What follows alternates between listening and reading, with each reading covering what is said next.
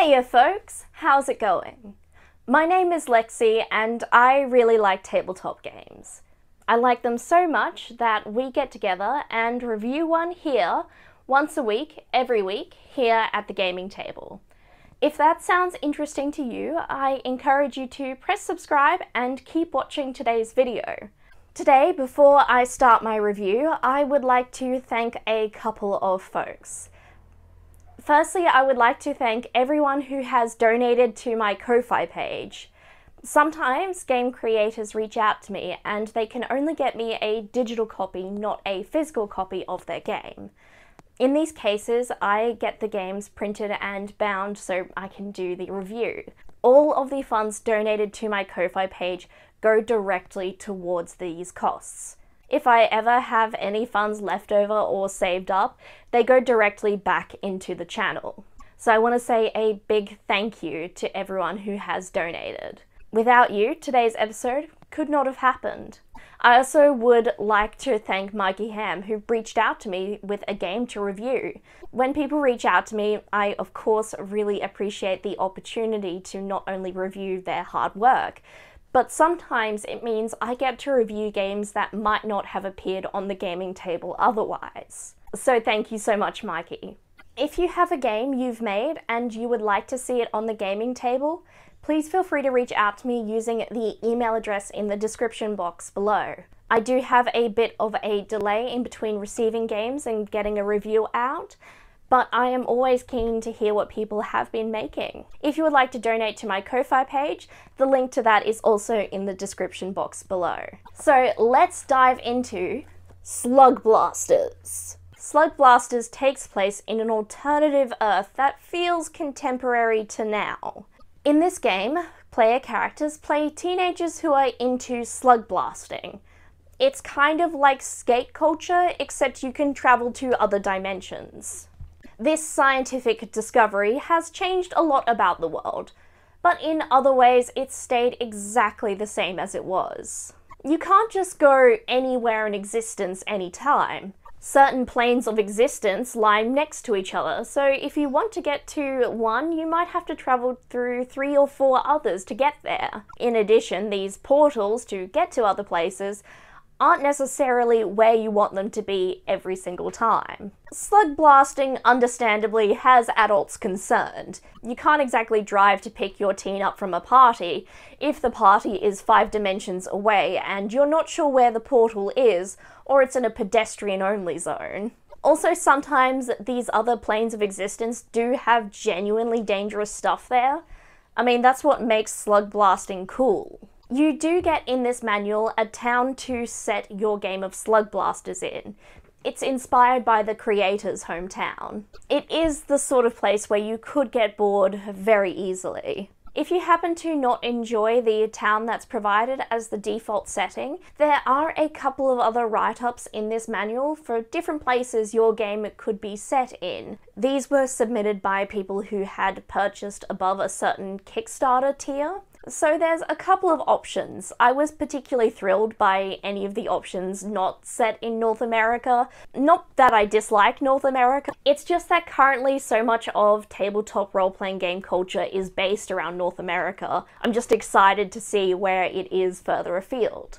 I will say I do like that with the default setting, you get a couple of write-ups on different planes of existence that your teens might be slugblasting their way to. I definitely think even if you want to use a different small town setting, you can still use some of these examples of different planes of existence. Another aspect you get in this game is factions within the general world of slugblasting. With the help of social media, it sometimes is very easy to get noticed by another faction, be that a good or bad thing. Besides, what's the point of doing a cool trick if your friend doesn't film it so you can post it to the gram later? Slugblasters was inspired by the Forged in the Dark system. For actions, you roll a 6-sided die. A 6 is a success without consequences. A 4 to 5 is a success with some kind of complication, and below that, generally something unpleasant might happen. There are ways to improve your rolls by taking on things like boosts or dares. Of course, the more cool things you do by taking on boosts and dares, the more that could come back to bite your character. These teen characters take on trouble when they use a boost or dare, and if you don't shake it off during the story's downtime, it could lead to future trouble. To help with the trouble, you might lay low in between sessions or do a couple of favors for your neighbors in your hometown, just to make sure your reputation isn't totally trashed. Your characters also gain beats when they go out and do things. These beats are generally about the drama of being a teenager, whether or not that's run-of-the-mill angst of being a teen, or it's the fact that you've gone viral for a video of a cool trick you did. Characters built around telling stories for that low-level teen drama, and there's options for customization through their cool equipment or little facts about themselves to make them a bit more individual. I really love that this game manual peppers images from this alternative Earth's timeline.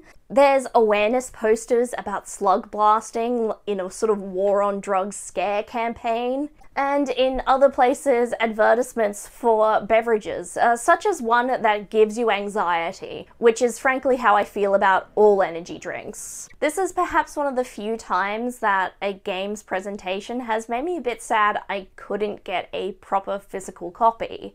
The colours in this manual are really vibrant and exciting, and I'm not sure if my locally printed one always does them justice. Plus, the physical copy of this game came in a pizza box that doubles as a Game Master screen. I do hope one day there is another run of printing that makes it a bit easier to get this game to Australia. Overall, I think the game works well. The Forged in the Dark system here is very stripped back. I don't think it's entirely beginner friendly. It's just a lot more simplified than Forged in the Dark systems I've seen previously. If you can empathise with a bored teen, or you are one, I think this game would be a lot of fun for you. I wouldn't necessarily consider this an entry-level game.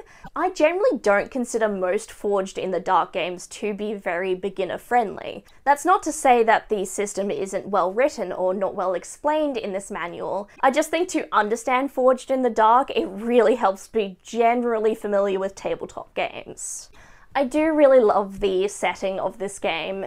It captures the feel of what it's like to be a bored teen in a town with nothing to do.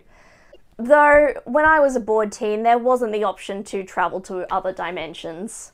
Perhaps if you don't enjoy contemporary settings or things set on Earth but it's different, you might not enjoy this game. I think you do need to have a bit of empathy for teenagers to play this game.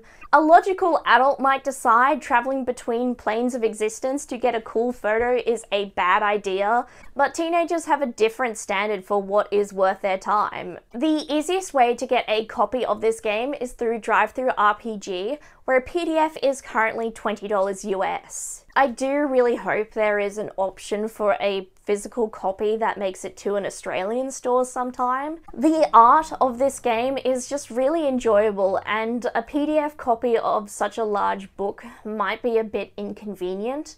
I do also think the idea of a pizza box doubling as a GM screen is so fun and unique that I do feel a bit sad that I missed out. One of the big appeals of this game is its bold presentation, and I'm not sure if my locally printed copy does it justice. Slugblasters seems pretty cool to me, but what do you think? Is this a game you could relate to? Let me know your thoughts in the comments down below. While you're there, I encourage you to like this video. Also, feel free to subscribe and turn on notifications. That way YouTube will tell you when I've next uploaded. I want to say thank you to Mikey Ham for reaching out with a copy of Slugblasters. If you have a game you've been working on, please let me know about it through my email address in the description box.